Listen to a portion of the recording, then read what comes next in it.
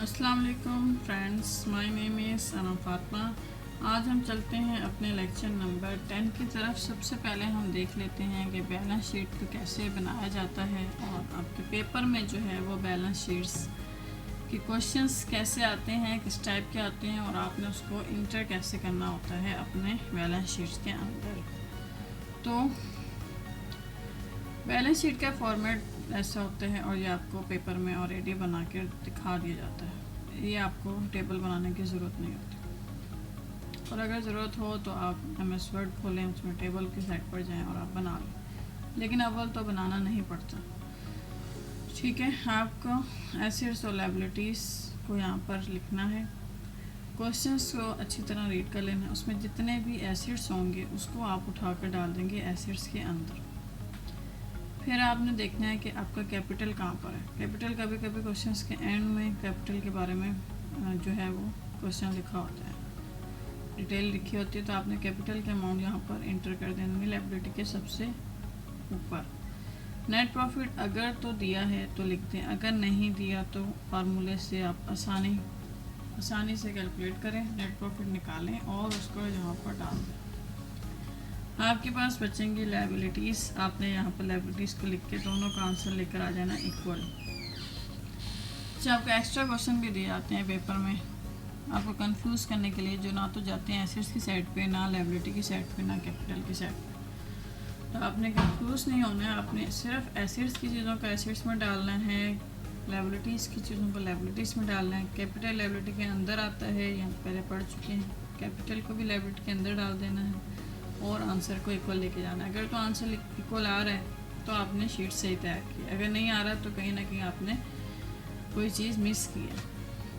अब हम देखते हैं लेक्चर नंबर 10 क्या है। इसमें एक्सरसाइजेस हैं। बुक में एक्सरसाइजेस बहुत लेंथी करवाई गई हैं जो आपकी समझ में भी नहीं आ रही होती हैं। हर अलग अलग टेबल को बनाकर दिया है। मैं आपको एक ही टेबल में जर्नल एंट्री करना सिखाऊंगी और बहुत ही ट्रिकी मेथड से सिखाऊंगी जो आपको इजीली तौर पे समझ में आ जाएगा कि आपने जर्नल एंट्री कैसे बनानी है। सबसे पहले हम अकर्ड का मीनिंग समझते हैं। अकर्ड का मीनिंग एक्सपेंसेस पेबल है और एक्सपेंसेस पेबल जाता है लायबिलिटी के अंदर। डेप्टर्स क्या होते हैं? Person, country, organisation that owes money is called debtors. A person और company to whom money is owing is called creditors. और इसी एग्जांपल है ये, assume that a company borrows money from its bank, the company is a debtor and the bank is the creditor. If a manufacturer sells merchandise to a retailer with terms of 30 days, the manufacturer is the creditor and the retailer is the debtor. ये example आप read कर लें। I hope कि आपको समझ में आ गया होगा कि कौन किस वक्त डेप्टर है और कौन किस वक्त क्रेडिटर। अब आते हैं अपनी इम्पोर्टेंट चीज़ की तरफ और इसका नाम है how to make journal entries. Journal entries को कैसे बनाना है और ये आपको एक ट्रिक्स बता दी जाएंगी जिसको आपने माइंड में बिठा लेना है और आपने इजीली जर्नल एंट्रीज को रेडी करते जाना है। कोई मुश्किल नहीं है, आपने बहुत आराम से मैं सिखाऊंगी जिससे आपको जर्नल एंट्री बनानी आ जाएगी। पेपर में जर्नल एंट्री बनाने के लिए आती है। पहले हम इसका मीनिंग समझ लेते हैं कि जर्नल एंट्री होता क्या है। Recording the business transaction for accounting purpose. Accounting purpose के लिए बिजनेस की ट्रांजैक्शन को रिकॉर्ड करना जर्नल एंट्री कहलाता है। तो ये हो गई इसकी डेफिनेशन, इसका मीनिंग। अब हम चलते हैं ट्रिक्स क्या है कि जितने भी एसेट्स और एक्सपेंसेस हैं अगर तो वो इंक्रीज हैं तो डेबिट, अगर डिक्रीज हैं तो क्रेडिट। लायबिलिटीज़ और प्रॉफिट अगर इंक्रीज हैं तो क्रेडिट, डिक्रीज हैं तो डेबिट। ये आप याद करें, ये ट्रिक आपने याद कर ली। तो चलते हैं अपने सिंपल क्वेश्चंस की तरफ, मॉडरेट क्वेश्चंस की तरफ और डिफ़िकल्ट क्वेश्चंस की तरफ। 3 टाइप के क्वेश्चंस आते हैं, मिक्सअप करके आते हैं पेपर में। आपने उनमें से सिंपल को अलग कर लेना है, मॉडरेट को अलग कर लेना है, डिफ़िकल्ट को अलग कर लेना है। आज हम सिर्फ 2 टाइप्स के क्वेश्चन हम पढ़ेंगे जिसके हम जर्नल एंट्री बनाएंगे, सिंपल और मॉडरेट। ठीक है, सिंपल हम पहले सिखाते हैं आपको कि सिंपल क्वेश्चंस को जर्नल एंट्री के तौर पर कैसे एंटर करते हैं। हमारे पास 3 सिंपल क्वेश्चन हैं, 3 मॉडरेट हैं और हमारे पास 3 ही डिफ़िकल्ट हैं। सिंपल को देखते हैं कि सिंपल को कैसे पुट करते हैं। Purchase of goods worth ₹10,000 in cash. Goods हमने परचेज की किस में? कैश में, 10,000 में। तो ये हमारे पास जनरल इस तरह बना कर दिया जाता है। अगर नहीं भी होगा बनाया हुआ तो MS वर्ड के ज़रिए आप आसानी से जनरल को आप MS वर्ड खोलेंगे, उसमें टेबल का ऑप्शन दिया होगा, आपने वहाँ जाना है और उसको लेकर आके यहाँ पुट कर देना है। अच्छा, तो हम चल रहे हैं अपने जनरल एंट्री बनाने की तरफ।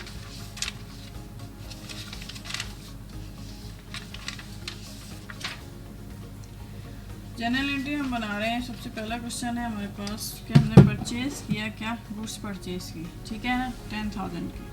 तो 10,000 को डेबिट साइड पे डाल देंगे और कैश क्या हो गया हमारा, क्रेडिट। ये हम 10,000 क्रेडिट। अच्छा, हमने ऑपोजिट साइड पर लिखा है, ठीक है, कैश जो है वो हमारा डेबिट होना चाहिए, लेकिन हम उसको लिख कर रहे हैं क्रेडिट साइड पर। और अकाउंट जो है परचेज हमारा हो क्रेडिट रहे, मगर लिख हम किस में रहे हैं, डेबिट में। तो ऑपोजिट साइड में हमेशा एंट्रीज को डालते हैं। जनरल एंट्री बनाते वक्त हमेशा ऑपोजिट साइड्स को अपने जहन में रखें कि जो भी क्वेश्चंस में आपके डेबिट साइड बन रही होगी उसको आप क्रेडिट में डालेंगे, और जो क्रेडिट साइड बन रही होगी उसको आप उठा के डेबिट में डालेंगे। तो ये बात तो अपने जहन में रख लें। अब हम सेकंड क्वेश्चन की तरफ चलते हैं। Purchase of machine for ₹12,000 from R in cash. R का अकाउंट भी खुलेगा क्योंकि हमने आर से परचेज किया है, हमें आर का अकाउंट भी खुलवाना पड़ेगा। ये मशीन का अकाउंट क्या हो गया, ये डेबिट और क्रेडिट साइड से लेके कैश हो गया हमारा क्रेडिट, मशीन होगी डेबिट। मशीन का अकाउंट क्या है, आर से हमने परचेज किया था, तो हमारे पास ये डेबिट और क्रेडिट साइड हमने पुट कर दी। अब हम चलते हैं कि कैश अकाउंट नंबर 3 हमारा क्वेश्चन बन रहा है कैश अकाउंट का। कैश अकाउंट क्यों बन रहा है, क्योंकि हमने गुड्स को सेल कर दिया। Sale of goods ₹1100 cash. Cash हमारे पास आ रहा है, गुड्स हमारे पास जा रही हैं, हमने सेल कर दिया गुड्स, तो गुड्स हमारे पास जा रही है, हमारे पास से जा रही है, और कैश हमारे पास आ रहा है। तो कैश का अकाउंट क्या हो गया, ये 1100 डेबिट साइड और टू सेल क्रेडिट साइड पर 1100। अब हम नंबर 4 क्वेश्चन की तरफ चलते हैं, जो है moderate questions. Sold goods to S of list price ₹2,000 at trade discount of 10%। हमने गुड्स सोल्ड कर दी, किसको कर दी, एस को, और उसकी लिस्ट प्राइस क्या है 2,000, ट्रेड डिस्काउंट हमें क्या मिला 10%। तो पहले हम तो है परसेंट निकाल लेते हैं कि परसेंट कैसे निकालते हैं, वो भी आपको दिखा देते हैं इस पर। सेल्स अकाउंट ये हुआ 20,000 के हम अमाउंट दिए, ठीक है, उसको 2,000 से हम माइनस कर देंगे तो हमारे पास 10% निकल आएगा। 10% निकालने के लिए 20,000 का 2,000 से माइनस कर देंगे, हमारे पास 18,000 आ जाएगा। ये हमने यहाँ पे 18,000 पुट कर दिया, सही। अच्छा, ये आपने परसेंट आपने इस टेबल के अंदर नहीं लिखनी, आपने रफ पेज में करनी है, आपने यहाँ एंट्री नहीं करनी। मैंने आपको समझाने के लिए टेबल के अंदर दिखा दिया ताकि आपको नज़र आ जाए, लेकिन आपने पेपर में इसको रफ पेज में करना है। नंबर 5 है bought goods from K for ₹20,000 to trade discount of 10%, cash discount of 2%, sorry. और सिक्स का क्वेश्चन भी कंटिन्यू हो रहा है, 5th को लेके कंटिन्यू कर रहा है सिक्स का क्वेश्चन। इसमें 60% हमने अमाउंट पे कर दी इमीडिएटली, तो हम 5 और 6 को एक साथ ही कर लेते हैं।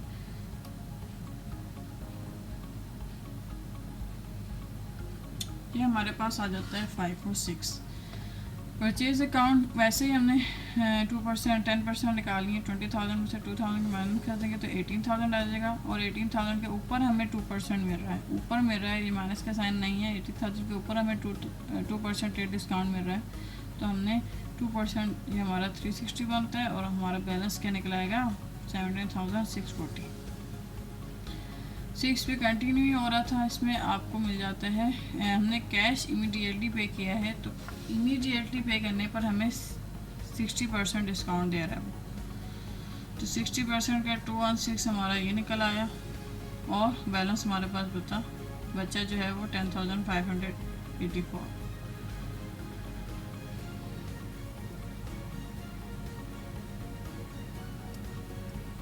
केक का अकाउंट भी हमने खोलेंगे क्योंकि हमने केक को डिस्काउंट दिया है, अच्छा, किसी को डिस्काउंट देते हैं तो हमें लॉस होता है, अगर हमें डिस्काउंट मिल रहा हो तो ये प्रॉफिट होता है। तो 2K का 40% मिल रहा है, ठीक है, हमने उसको उसमें से माइनस किया तो हमारे पास 7200 आ जाता है।